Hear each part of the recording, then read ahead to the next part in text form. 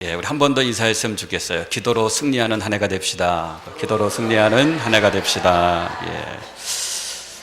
미국의 그 49번째 그 주가 알래스카 그런 주인데, 이 주는 우리가 잘 알고 있듯이 미국이 러시아로부터 헐값에 사들인 그런 주입니다.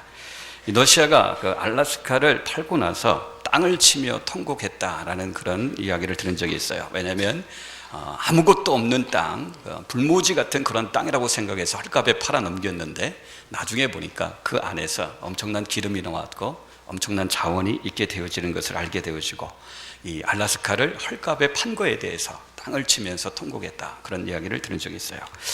근데 여러분도 신앙생활을 하다 보면 그것보다 더 통곡할 수밖에 없는 일이 우리 가운데 있을 수 있습니다. 그게 무엇이냐면, 하나님께서 구원받은 하나님의 자녀들에게는 이 기도라는 엄청난 자원을 우리에게 허락해 주셨는데, 이 기도라는 엄청난 자원을 사장시키면서 사는 일은 어떻게 보면 러시아가 헐값에 그 귀한 땅 알래스카를 판 것보다 훨씬 통탄해야 될 그런 일이다라는 것을 기억하셔야 돼요.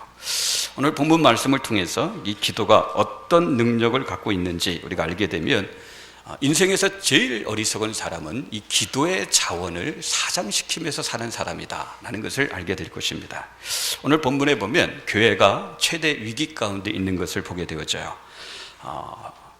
야고보가 이제 죽임을 당하고, 이제 조금 있으면 베드로도 죽임을 당해야 되고, 더 나아가서 이제 요한도 죽임을 당해야 되는, 초대교회 가장 실제적인 지도자였던 베드로와 야고보와 요한이 죽임을 당할 그런 위기가 지금 그런 위기가 교회 가운데 닥쳐온 거예요.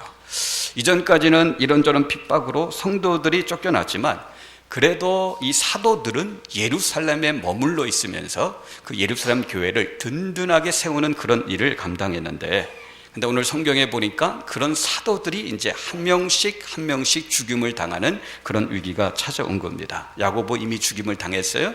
이제 베드로 차례입니다. 이제 베드로가 죽임을 당하면 이젠 또 누구예요? 요한 차례. 그렇게 지금 그런 순서가 정해져 있는 거예요.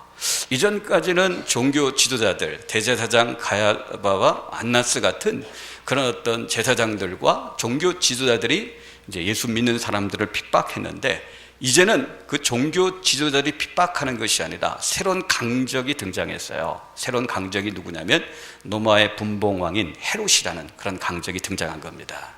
여러분들, 그래도 종교 지도자들은 그나마 마음 가운데 한 구석에는 하나님을 믿는 사람이고 하나님을 두려워하는 그런 사람들이에요.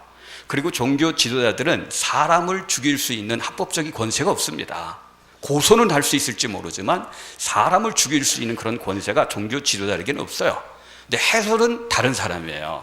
이 사람은 일말에도 하나님을 두려워하는 사람이 아닙니다. 하나님을 경외하는 그런 사람이 아니에요. 그리고 이 헤롯은 사람을 죽일 수 있는 합법적인 권세를 갖고 있는 사람이에요. 이런 헤롯이 등장해서 교회의 어떤 지도자들을 죽이려고 하는 그런 일들이 교회에서 지금 벌어지고 있어요. 이 헤롯이 지금 어떤 생각을 하고 있을까요? 1절에 보세요. 1절에 보면, 그때 헤롯 왕이 손을 들어 교회 중에서 몇 사람을 헤아려 하려. 이제 교회 중에 몇 사람을 죽이려고 합니다. 야고보 이미 죽였다고 했죠? 이제 베드로 죽이고 요한까지 죽이려고 해요. 왜 그렇습니까? 이제 헤롯이 생각할 때 이 지도자들을 죽이면 이 교회의 힘이 약화되진다는 것을 알기 때문에 그런 교회의 지도자를 지금 치는 그런 어떤 작업을 하는 거예요. 근데 헤롯이 그런 일을 행하는 이유가 어디 있어요? 그 3절에 보니까요, 유대인들이 이 일을 기뻐하는 것을 보고, 이 일을 기뻐했다. 유대인들이 이 일을 기뻐했다. 이 일이 뭡니까? 헤롯이 야고보를 죽인 거죠. 헤롯이 야고보를 죽인 그 일을 보고 기뻐하는 거죠. 기뻐하는 것을 보고 베드로도 잡으려 할세, 때는 무교절 기간이다. 그러니까 헤롯이 지금 이런 일을 행하는 이유가 뭐냐면, 이유는 자기가 다스리고 있는 그 지역에 유대인들이 많은데 그 유대인들의 민심을 얻기 위해서인 거야. 유대인들에게 인기를 얻기 위해서, 그들의 민심을 얻기 위해서 교회 지도자들을 한 사람 한 사람 죽이고자 하는 그런 계획을 실천에 옮기는 거야. 그래서 지금 초대교회가 위기 중에 최대 위기에 봉착해 있는 거예요.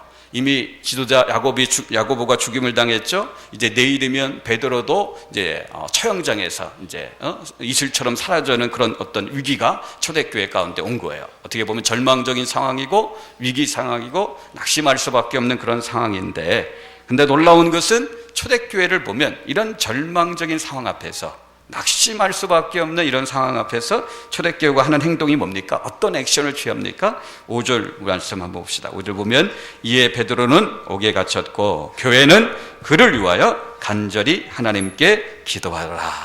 이게 절망할 수밖에 없는 상황인데, 낙심할 수밖에 없는 상황인데, 그 절망과 낙심이 되는 상황 가운데 초대교회가 취했던 행동은 뭡니까? 기도라는 행동을 취하고 있는 거야. 그 기도를 통해서 위기를 극복하고, 위기를 극복하는 정도가 아니라 하나님이 행하시는 놀라운 기적을 체험하는, 그런 놀라운 생생한 하나님의 기적을 경험하게 되어지는 거죠. 이게 초대교회가 위기를 극복한 비밀 중에 한 가지입니다. 어느 기도원에 가니까 그런 말이 딱 써 있어요. 암은 병이 아니다. 암은 병이 아니다. 낙심이 병이다. 암은 병이 아니다. 낙심이 병이다. 여러분들 그렇죠? 암은 병이 아닙니다. 그 암으로 말미암아 낙심하는 거, 이게 병이죠. 이 말을 좀 다른 말로 바꾸면 실패는 병이 아니다. 낙심하는 게 그게 병이다. 그런 말이죠. 실직은 병이 아니다. 낙심하는 것이 그게 병이다. 그런 말이 될 수가 있습니다. 그래서 예수님께서도 누가복음 18장에 보면 그런 말씀을 하셨어요. 항상 기도하고 낭망하지 말아라. 항상 기도하고 낭망하지 말아라. 이런 그렇습니다. 항상 기도하는 사람은 절대 낙심하지 않습니다. 반면에 낙심하는 사람은 기도하지 않는 사람입니다. 기도하는 사람은 절망적인 상황에서도 낙심하지 않어요. 이 정도면 낙심할 뻔한데, 이 정도면 뭐 절망할 만하고, 이 정도면 포기할 만하고 주저앉을 만한 그런 어떤 상황인데도, 이 기도하는 사람은 이 마음속에서 불끈불끈 솟아오르는 게 있어요. 하나님 앞에 나가서, 그렇지, 내가 하나님을 믿는 사람인데, 내가 기도하는 사람인데, 내가 이런 상황에서, 이런 환경에서 낙심하면 안 되지. 내가 다시 일어나야지. 하나님이 날 도와주시는데, 하나님 나와 함께 하시는데, 내가 이런 일 때문에 비실비실해지고, 이런 일 때문에 내가 낙심하면 안 되지 하면서 불끈불끈 어떻게 다시 용기가 솟아나서 일어나가지고 위기를 어떻게 극복하는 그런 사람이 누구냐? 기도하는 사람이 바로 그런 사람입니다. 오늘 본문이 저와 여러분들에게 주는 말씀이 바로, 교훈이 바로 그것입니다. 힘든 일이 있을 때, 절망적인 상황에 처하게 있을 때 우리가 낙심하는 게 아니라 기도하면 하나님께서 우리에게 기적을 베풀어 주셔서 그 절망을 뛰어넘고 그 위기를 뛰어넘을 수 있는 하나님의 놀라운 은혜를 우리에게 허락해 주신다. 그 교훈을 저와 여러분들에게 주시는 거예요. 여러분, 우리가 절망적인 상황 가운데 기도하면 어떤 역사가 나타날까요? 오늘 본문에 보면 몇 가지 우리에게 교훈을 줘요. 그 첫 번째는 뭐냐면, 우리가 절망적인 상황, 위기의 상황에서 기도하면 하나님께서 우리에게 천사를 보내줍니다. 천사를 보내줘요. 우리가 기도할 때 하나님이 우리에게 천사를 보내줍니다. 그럼 베드로가 옥에 갇혔을 때 교회가 기도하죠? 교회가 기도하니까 어떤 일이 나타납니까? 오늘 본문 7절에 다시 한번 보세요. 호련히 주의 사자가 나타나며 옥중에 강채가 빛나며. 누가 나타나요? 기도하니까. 교회가 베드로를 위해서 기도하니까 주의 사자가 나타내매. 그렇죠. 그럼 기도할 때 천사가 나타나 우리를 도와주는 그런 장면들은 성경의 곳곳에 나옵니다. 아브라함이 소돔과 고모라 성을 위해서 기도하죠. 소돔과 고모라 성을 위해서 기도하면서 그 안에 살고 있는 롯을 위해서 기도하지 않습니까? 그러나 하나님께서 소돔과 고모라가 심판받을 때가 가까웠기 때문에 심판을 행하시지만, 소돔과 고모라를 불과 유황으로 심판하지만, 아브라함이 기도했기 때문에 그 안에 사는 롯을 어떻게 해요? 심판 직전에 그에게 나타나서 롯을 건져주는 그런 장면이 창세기에 나오죠. 그죠? 창세기에 나옵니다. 그럼 다니엘도 마찬가지예요. 다니엘이 기도하다가 사자굴에 들어가죠. 기도하다가 사자굴에 들어갑니다. 어떤 일이 나타납니까? 다니엘서 6장 22절에 보니까, 나의 하나님이 이미 그의 천사를 보내어 사자들의 입을 봉하셨으므로 사자들이 나를 상해하지 못하여 싸우니. 뒤에 계속 읽지 않습니다. 기도했는데도 사자굴에 들어갔어요. 안 들어갔으면 괜찮을 텐데 기도했는데도 사자굴에 들어갔어요. 근데 놀라운 건 뭡니까? 사자굴에 들어갔는데 한 번도 다니엘이 경험하지 못했던 일을 경험했는데 이미 하나님이 주의 사자, 천사를 사자굴 속에 보내서 사자들의 입을 다 봉해 놓은 거예요. 기도했더니 주의 사자, 천사가 사자들의 입을 봉해 놓은 겁니다. 여러분들 열왕기 하 보면 히스기야 왕이 나오죠. 히스기야 왕이 나오는데 아수르 군대가 이스라엘 나라를 쳐들어와서 유다 땅을 쳐들어와 가지고 유다를 이제 공격해서 유다가 최대 위기를 맞게 되어지죠. 그때 사람이라는 왕이 그 장군이 살아계신 하나님을 모욕하면서 이스라엘 백성들을 모욕합니다. 그때 이 히스기야가 어떻게 합니까? 그들이 보낸 그 서신을 갖고 하나님 앞에 나가서 하나님, 저 아수르 군대가 살아계신 하나님을 모욕하고 하나님의 군대인 이스라엘 백성들, 유다 백성들을 모욕하고 있는데 하나님 가만히 계실 겁니까?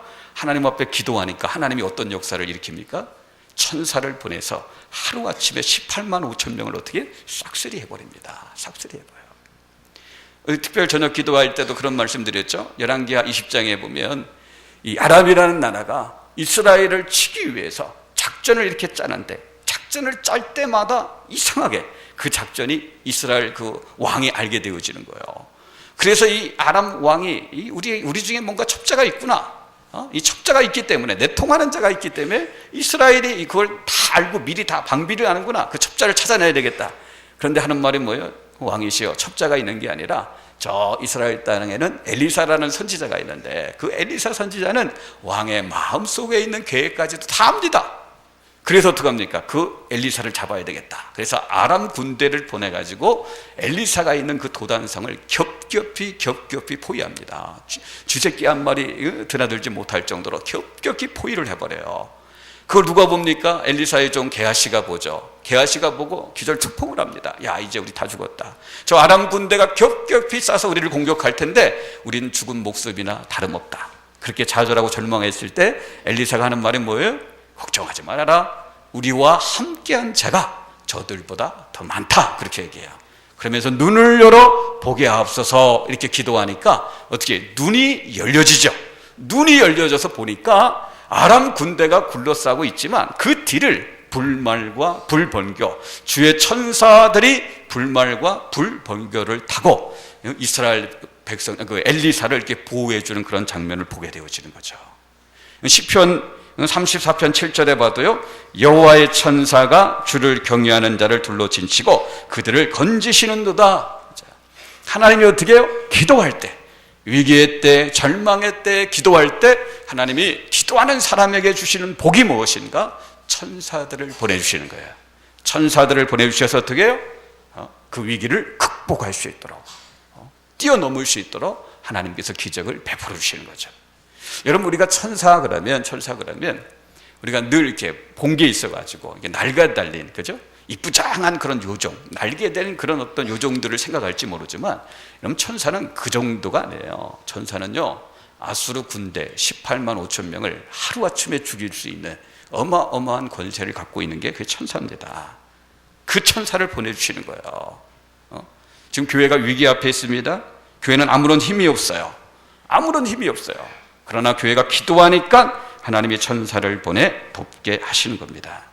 하나님이 천사를 보내 도우시니까 어떤 권세의 칼날도 교회를 함부로 하지 못하는 겁니다. 이것이 바로 여러분들, 우리가 절망 속에서 기도할 때 하나님께서 우리에게 주시는 축복인 거예요. 그래서 그런 말이 있어요. 기도하는 한 사람은 한 민족보다 강하다. 한 민족보다 강한 겁니다. 왜? 기도하는 그 사람을 통해서 하나님이 이런 기적을 일으켜 주시기 때문에 그래요. 두 번째로 여러분들, 기도할 때 어떤 능력이 우리에게 나타나느냐? 여러분, 기도하면 불가능이 가능케 되어지는 기적이 나타납니다. 여러분, 한번 생각해 보세요. 교회가 이런 위기 앞에 있을 때, 만약 교회가 기도하지 않고 인간적인 머리를 굴려가지고 베드로 구출 작전, 그걸 한번 짰다고 한번 생각해 보세요. 베드로 구출 작전을 짜려고 하면 일단 특공대를 뽑아야 될 거 아닙니까? 보통 특공대를 뽑으면 안 되죠. 지금 베드로가 어디에 갇혀 있어요? 큰 문도 있고, 첫째 파수, 둘째 파수 지나가야 되고, 그리고 베드로가 감옥에 갇혀 있는데 혼자 갇혀 있는 게 아니라 오른쪽 왼쪽에 군사가 같이 쇠사슬을 묶고 같이 있는 그런 상황 가운데 있어요. 그런 베드로를 구출하려고 할 때 아마 머리를 굴렸을 거예요. 어떻게 하면 저 감옥에 무사히 들어갈 수 있을까? 안 들키고 들어갈 수 있을까? 설사 감옥에 들어간다 할지라도 어떻게 하면 오른쪽에 쇠사슬 묶여있는 군사가 있고 왼쪽에 쇠사슬 묶여있는 군사가 있는데 어떻게 하면 그들도 들키지 않고 그들을 어떻게 감쪽같이 이렇게 처리해가지고 베드로를 끄집어낼 수 있을까? 그 감옥에서 끄집어낸다 할지라도 어떻게 하면 첫째 파수를 무사히 지날 수 있을까? 들키지 않고 어떻게 하면 또 둘째 파수를 무사히 지나갈 수 있을까? 그리고 둘째 파수를 지났다 할지라도 이 한두 사람이 아니라 10사람 넘게 달려 들어가지고 열어야 될 큰 문이 있는데 그 문을 열을 때 소리 안 나가겠어요? 낑 하면서 무슨 소리 안 나가겠어요? 그 소리 나면 한밤중에 그 소리 나면 아마 난리가 날 텐데 이거 어떻게 하면 좋을까? 그러니까 아무리 생각하고 또 생각하고 고민하고 또 고민해도 답이 없는 겁니다. 답이 없어요. 어떻게 해야 될 방법이 없어요. 방법이 없거든요. 그런데 기도하니까 어떤 일이 일어납니까? 이런 절망적인 상황 속에서 어떤 일이 일어나요? 옥문이 저절로 열리는 거예요. 옥문이 저절로 열립니다. 그리고 쇠사슬이 저절로 풀어지는 거예요. 그래서 베드로가 일어나가는데 첫째 파수도 무사히 지나요. 한 사람도 들키지 않고 그냥 지납니다. 둘째 파수도 그냥 지납니다. 앞에 엄청난 쇠문이 있는데 저거 어떻게 열지? 고민했는데 그 쇠문도 저절로 열려지는 거예요. 그럼 기도하니까 불가능하게 보였던 그 일들이 가능한 일로 나타나는 그런 기적이 우리 가운데 나타나는 거예요. 동역자 여러분, 우리가 어떤 문제를 놓고 하나님 앞에 기도할 때 가끔 가다가 기도하는 걸 보면 경우의 수를 우리가 붙잡고 기도하는 경우가 참 많이 있어요. 하나님 앞에 기도하는데 경우의 수를 내가 붙잡고 하나님 이건 이렇게 해주셔야 되고 저건 저렇게 해주셔야 되고 그런 식으로 하나님 앞에 기도하는 경우가 있어요. 여러분 그건 기도가 아닙니다. 경우의 수를 내가 붙잡고 내가 생각하는 대로 이렇게 해달라고 하는 것은 그 이겨두고 하는 기도지 그리스도인이 하는 기도가 아니에요. 기도는 하나님 앞에 다 맡기는 거예요. 하나님 앞에 다 맡기는 거예요. 하나님께서 전능하신 하나님께서 전지하신 하나님께서 가장 좋은 것이 무엇인지 아시는 하나님께서 다 해결해 주신다는 걸 믿고 내가 경우의 수를 붙잡고 내가 이렇게 기도해 주세요, 이렇게 해주세요, 저렇게 해주세요 그렇게 기도하는 게 아니라 하나님 앞에 그것조차도 다 맡기고 하나님께서 해결해 주신 것을 기다리면서 기도하는 거 그게 바로 예수 믿는 사람들이 해야 될 기도예요. 여러분 우리들은 해결책 모릅니다. 내가 생각할 때 이 해결책이 제일 좋은 해결책이라고 생각하지만 하나님 보실 때 그게 아닌 경우가 많이 있을 수 있어요. 내가 경우에서 붙잡고 내가 이거 해결해 달라고 기도하면 안 되는 거예요. 우리가 믿는 것은요, 하나님은 선하신 분이에요. 하나님 전능하신 분이에요. 전지하신 분이에요. 그분이 그분의 뜻대로 가장 좋게 응답해 주신다는 것을 믿고 하나님 앞에 다 맡기고 기도하는 게 그게 예수 믿는 사람들이 하는 기도예요. 오늘 본문 보세요. 어떤 해결책을 갖고 기도한 것이 아니라 그냥 하나님 앞에 기도한 거예요. 하나님께 맡기고 하나님 앞에 기도한 거예요. 그랬더니 하나님이 하나님의 방법대로 역사하는 거예요. 천사를 보내주는 거예요. 천사를 보내주니까 그들이 고민했던 그 문제들이 하나씩 풀리는 거예요. 기도한다는 것은 천사를 따라가는 거거든요. 천사를 따라가는 거예요. 천사 따라가니까 어떻게 해요? 옥문도 열리는 거고, 천사 따라가니까 쇠사슬도 벗겨지는 거고, 천사 따라가니까 첫째 파수도 그냥 지나가는 거고, 천사 따라가니까 둘째 파수도 지나가는 거고, 천사 따라가니까 저거 어떻게 열지 고민했던 그 철문도 그냥 열려지는 거고, 천사 따라가니까 완전한 데까지, 안전한 데까지 인도함을 받는 그런 역사가 기도하는 사람들에게 나타나는 겁니다. 그럼 하나님은 기도하는 자를 꼭 그렇게 인도를 해주셔요. 믿음으로 끝까지 기도하면 하나님께서 한 걸음씩 한 걸음씩 인도해 주시는데, 그러다 보면요 우리의 삶에 예기치 않은 놀라운 기적을 경험하는 거예요. 자기가 경우의 수 붙잡고 기도하면 절대 이런 기적 못 봅니다. 그 경우의 수를 내려놓으셔야 돼요. 하나님 앞에 다 맡기셔야 돼요. 여러분 하나님이 여러분들보다 똑똑하다는 거 믿으십니까? 하나님 여러분들보다 똑똑하는 거 믿으세요? 그거 믿으신다면 내려놓으셔야 돼요. 경우의 수 내가 붙잡고 기도하는 경우의 수 내려놓으셔야 되는 거예요. 하나님 앞에 다 맡기고 기도하면 하나님께서 놀랍게 인도해 주시는 거예요. 세 번째는 뭐냐? 그럼 이게 우리가 이렇게 절망적인 상황에서 기도하면 세상 권력을 이기게 되어지는 거예요. 이 감옥에서 나온 베드로가 정신 차리고 나서 한 말이 있죠. 무슨 말을 합니까? 11절 말씀 보세요. 이에 베드로가 정신이 들어 이르되 내가 이제야 참으로 주께서 그의 천사를 보내어 나를 어디에서요? 헤롯의 손과 유다 백성의 모든 기대에서 벗어나게 하신 줄 알겠노라 하여. 여기 보면 베드로가 정신이 들어서 고백하죠. 야, 이제 내가 알겠는데 하나님께서 천사를 나에게 보내주셔서 헤롯의 손에서, 헤롯의 손이 뭡니까? 그 당시 가장 강력한 권세를 가리키는 거죠. 그 가장 강력한 권세의 손에서 나를 건져주시고, 그것만이 아니라, 권세의 손이 아니라 그 뒤에 보면 뭐라고 기록되어 있어요? 유대 백성의 모든 기대에서. 유대 백성의 모든 기대가 뭡니까? 이게 야고보 죽였으니까 베드로도 죽이는 거고 이제 요한도 죽이는 그런 기대죠. 거기서, 이걸 다른 말로 하면 그 당시 백성들의 민심이죠. 요즘 우리가 쓰는 말로 하면 여론입니다. 여론. 그러니까 하나님께서 어떻게 해요? 강력한 권세와 여론에서 어떻게 하나님께서 끄집어내시는 거죠. 여러분들 정치 권력이 여론의 힘을 덧입으면요, 무소불위의 권력이 되어지는 거예요. 못할 것이 없어요. 지금 헤롯이 그런 상황 가운데 있는 거예요. 정치 권력에다가 백성들의 기대, 백성들의 민심, 백성들의 여론까지 힘입어가지고 교회를 지금 핍박하는 겁니다. 교회 지도자를 죽이는 거예요. 근데 교회가 아무런 힘이 없는 거예요. 밟으면 밟힐 수밖에 없는 그런 상황 가운데 교회가 처해 있는 거예요. 그러나 교회가 할 수 있는 것이 하나가 있었는데 그게 기도였어요. 그래서 하나님 앞에 기도했는데, 기도하니까 어떤 일이 일어났다고요? 세상의 그 절대 권세를 갖고 있는 세상의 권력이 교회를 흔들지 못하는 거예요. 교회를 무너뜨리지 못하는 거예요. 세상의 권세에다가 백성들의 여론을 덧입었음에도 불구하고 기도하는 교회, 기도하는 성도들을 흔들지 못하는 겁니다. 감히 함부로 건들지 못하는 그런 일이 오늘 본문에 나타나는 거예요.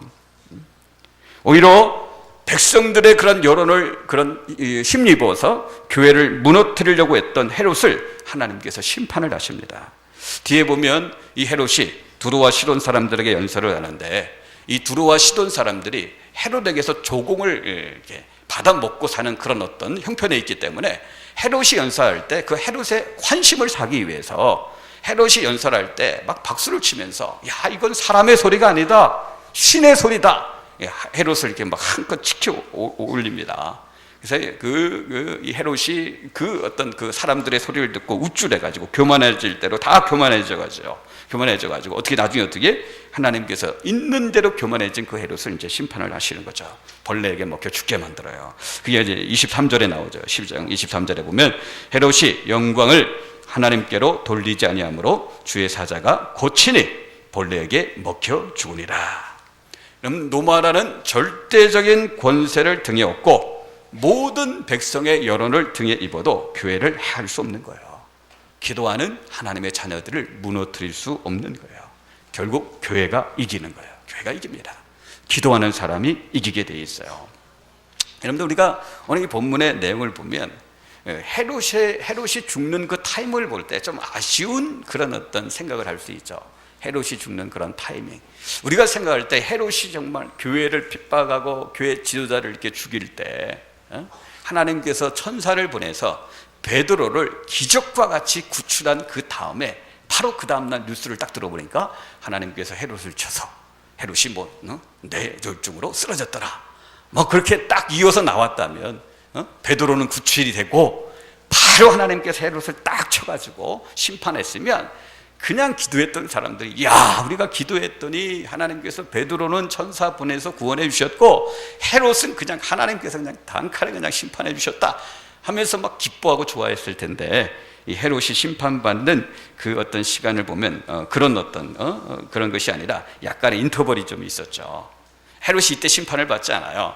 이 일이 있은 후에 자기가 이 사역에 자기가 있었던 그 가이사라로 다시 돌아갑니다. 가이사라로 돌아간 다음에 시간이 좀 지난 다음에 헤롯이 이제 두로와 시돈 사람들 앞에서 이제 연설을 하고, 그 연설을 인해서 교만해질 대로 교만해진 다음에 하나님이 헤롯을 심판하는 거예요. 이런 본문의 내용을 보면서 하나님께서 심판하실 거면 바로 그냥 이어서 심판하시지 왜 이런 시간의 간격을 두셨을까? 우리가 그런 이유를 한번 생각해 보는 것은요, 그 이유가 다른 것이 아니라 하나님께서 헤롯에게 기회를 주시는 거예요. 악인이 죽는 것을 기뻐하지 않는 것이 하나님이기 때문에 하나님께서 헤롯에게 회개할 기회를 또 한 번 주는 겁니다. 여러분들, 헤롯이 베드로를 가둔 것을 한번 생각해 보세요. 가둔 모습, 너무 오른쪽으로 가둔 것 같지 않습니까? 그렇게 큰 쇠문이 있고 또 첫째 파수 지나가야 되고 둘째 파수 지나가야 되고 그 안에 가둬가지고 또 옆에다 오른쪽에 사람 하나 왼쪽에 사람 하나 같이 붙여서 같이 쇠사슬 묶어가지고 이렇게 지금 베드로를 꽁꽁 감옥에 가뒀거든요. 우리가 생각할 때 이게 너무 과잉이 아닌가 그렇게 생각할 수 있죠. 왜 그 헤롯이 이렇게 했을까요?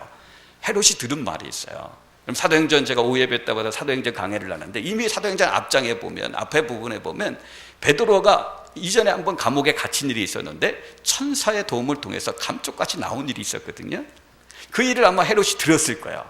들으면서도 에이 설마 그런 일이 설마 일어날 수 있겠어? 하면서도 마음에 염려가 좀 되는 거죠.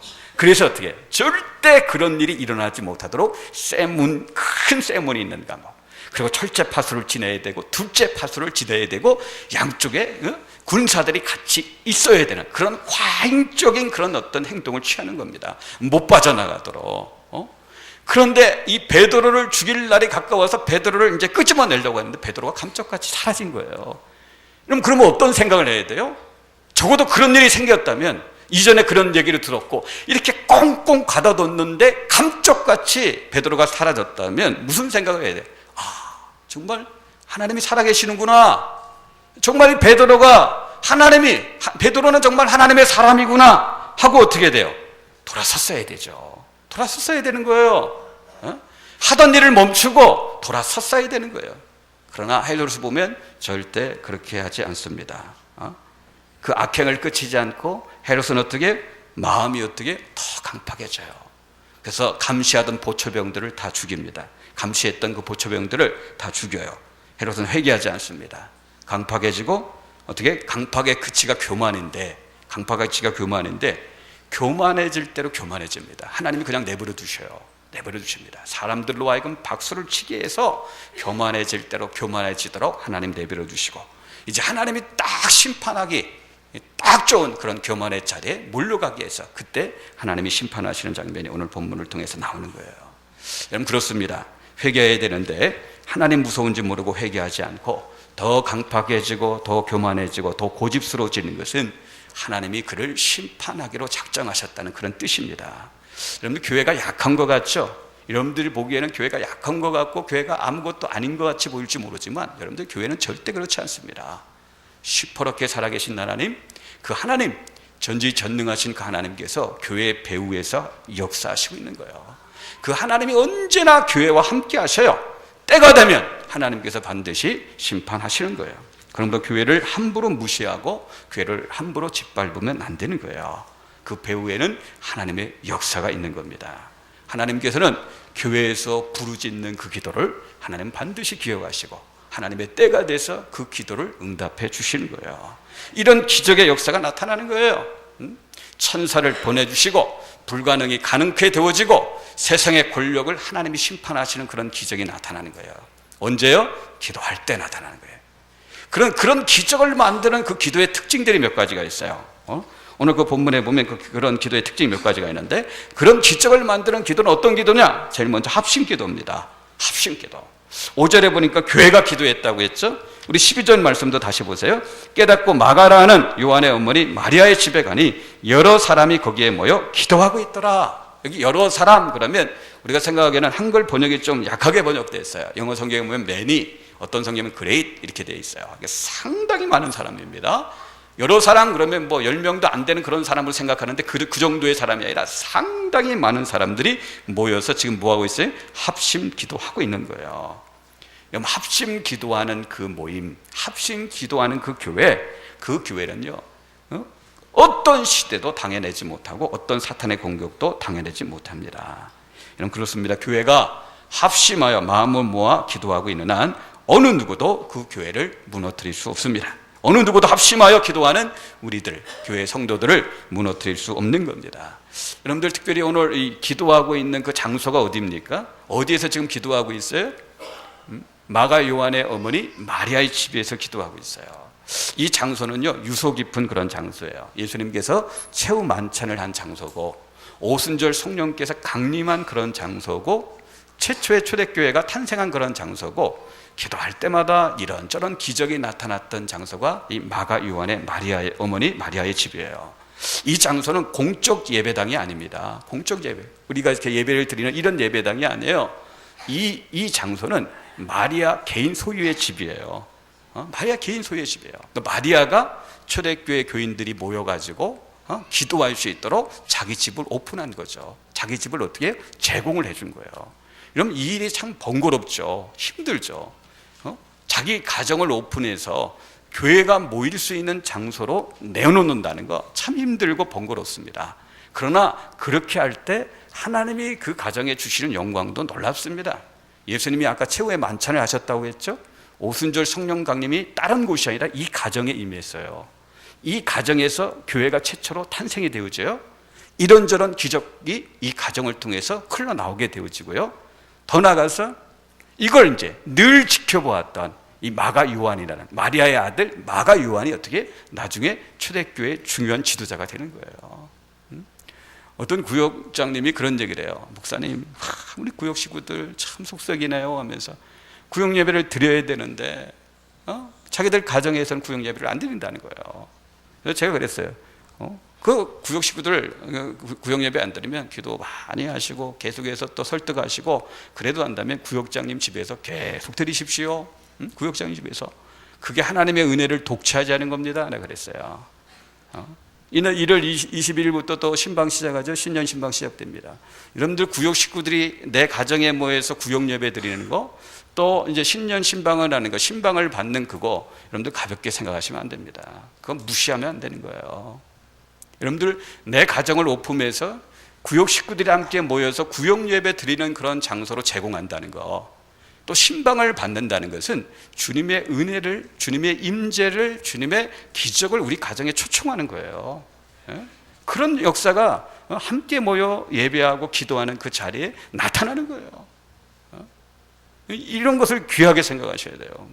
이게 신방을 거부하거나 구역 예배를 안 드린 가정 보면 엉뚱한 것이 다 장악하고 있어요.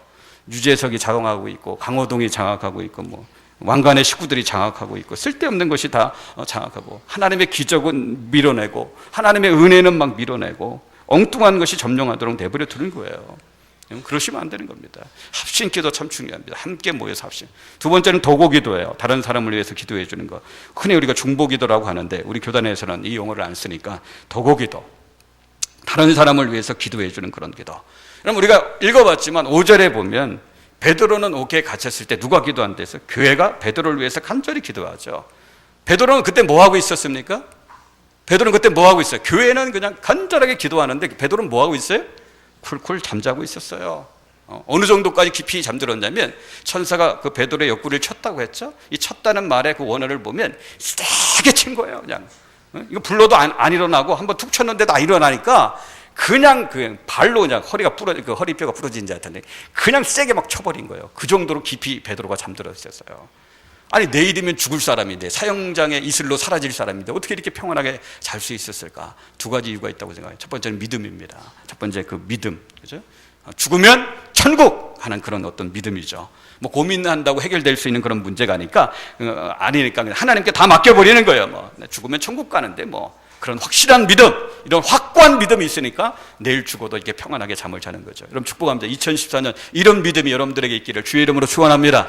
이런 믿음의 사람들이 되세요. 두 번째는 뭐냐면 내 할 일이 이제 다 했다는 그런 어떤 확신이 있었던 것 같아요. 예루살렘과 온 유대와 사마리아까지 그리고 안디옥 교회가 이제 세워져서 이방 선교의 문이 열리는데 유대인의 사도로 부름받은 나 하나님이 내게 주신 사명 이제 내가 다 했다. 내 할 일 다 했다. 이제 야고보가 죽임당했는데 이제 내 할 일 다 끝났기 때문에 나도 이제 내 할 일 끝나고 주님 앞에 가야 되겠구나. 나 주님 앞에 가고 싶다. 내 할 일 끝났으니까 이제 주님 앞에 가야 되겠다. 그런 어떤 확신. 그런 확신이 있으니까 내일 죽어도 오늘 평안하게 잠을 자는 거죠. 그러니까 베드로는 기도하지 않아요. 베드로는 기도하지 않는데 대신 어떻게 교회가 아주 쎄 빠지게 기도하는 거예요. 하나님 베드로 데려가면 안 됩니다. 베드로 살려주셔야 됩니다. 베드로가 아직 교회에 필요합니다. 여러분들 누군가가 이렇게 기도해 줘야지 그게 진짜 기도예요. 어떤 사람은 그래요. 하나님 나 지금 데려가면 안 되거든요. 내가 하나님의 영광을 위해서 살아야 되는데 내가 아직도 하나님을 위해서 내가 필요한데 내가 있어야 되지 않아요? 내가 자기가 자기를 놓고 그렇게 기도하는 거 하나님 믿지 않습니다. 다른 사람이 그 사람을 볼 때 하나님, 저분은 정말 교회에 필요한 사람입니다. 저분은 교회에 있어야 됩니다. 저분 데려가면 안 됩니다. 다른 사람이 그 사람을 위해서 그렇게 기도해 줄 때 하나님께서 그 기도에 진심을 믿는 거지. 다른 사람들은 그렇게 기도 안 하는데 자기 혼자 자기를 위해서 그렇게 기도한다? 믿지 않는 거예요. 다른 사람이 그를 위해서 그렇게 기도해 주는 거예요. 여러분들, 우리가 새벽에 일어나서 나와 기도하든 철회하면서 금식하면서 기도하든 내가 내 문제를 위해서 기도하면 내 한 사람의 기도가 쌓여지는 겁니다. 그러나 내가 내 문제를 위해서 기도하는 게 아니라 구역 식구들이 나를 위해서 기도해 주고 교회 전체가 나를 위해 기도해 주면 한 사람의 기도가 쌓여지는 게 아니라 10사람의 기도가 쌓여지는 거고 100사람의 기도가 쌓여지는 거예요. 어느 기도가 더 파워풀하겠습니까? 한 사람의 기도가 쌓여지는 거하고 10사람, 100사람의 기도가 쌓여지는 거하고 어느 기도가 더 파워풀하겠습니까? 서로가 서로를 위해서 기도해 주는 거, 이거 아주 중요한 거예요. 도구 기도 중요한 겁니다. 세 번째, 이 기도의 특징이 뭐냐면 간절하게 지속적으로 기도하는 겁니다. 12절 말씀 나와죠.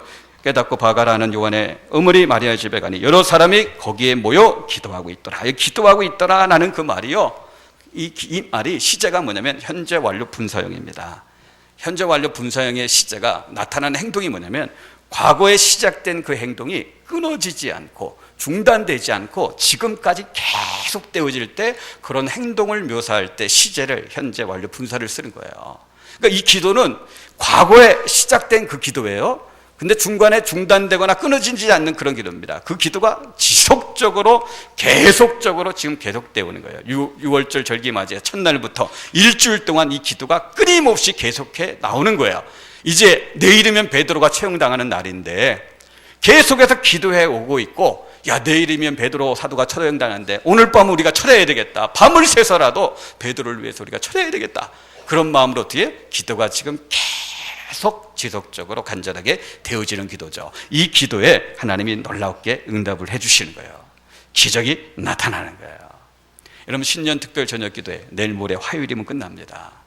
여러분들, 어떻게 보면 신년 특별 저녁 기도회는 여러분들이 2014년 기도로 이제 승리하는 한 해가 되어야 되는데, 여러분들 기도로 승리하기 위해서 기도의 영성을 여러분들이 유지하고 그걸 붙이기 위해서 제일 처음에 모닥불 같은 것을 붙여주는 하나의 그런 어떤 기도회입니다. 우물물로 얘기한다면 우물물을 계속 퍼내기 위해서는 마중물을 보여야 되죠. 그러니까 신년 특별 저녁 기도회가 이 마중물과 같은 역할이에요. 한 해 동안 여러분들이 기도의 우물을 계속 퍼내기 위해서 그걸 시작할 수 있는 그런 어떤 그 마중물을 부어주는 겁니다. 부어주는 거예요. 그러니까 여러분, 신년 특별 저녁 기도회가 끝났다고 해서 야, 이제 기도회 끝났다, 기도 땡, 그러면 안 되는 거예요. 마중물을 부어줬으니까 이제 어때요? 내 정해진 기도의 시간에 들어가서 끊임없이 지속적으로 간절하게 기도하는 모습이 우리에게 있을 때 하나님은 놀라운 기적을 행해 주시는 거예요. 축복합니다. 기도의 능력에는 이런 능력들이 나타납니다. 2014년 정말 한 해 정말 기도 가운데 이런 능력이 나타나니까 이런 기도 쉬지 않고 감당하셔서 기도로 승리하시고, 또 기도로 승리할 뿐만 아니라 기도를 통해 주시는 그런 기적을 생생하게 경험하는 저와 여러분들, 우리 교회가 되시길 주님의 이름으로 축복합니다. 기도하게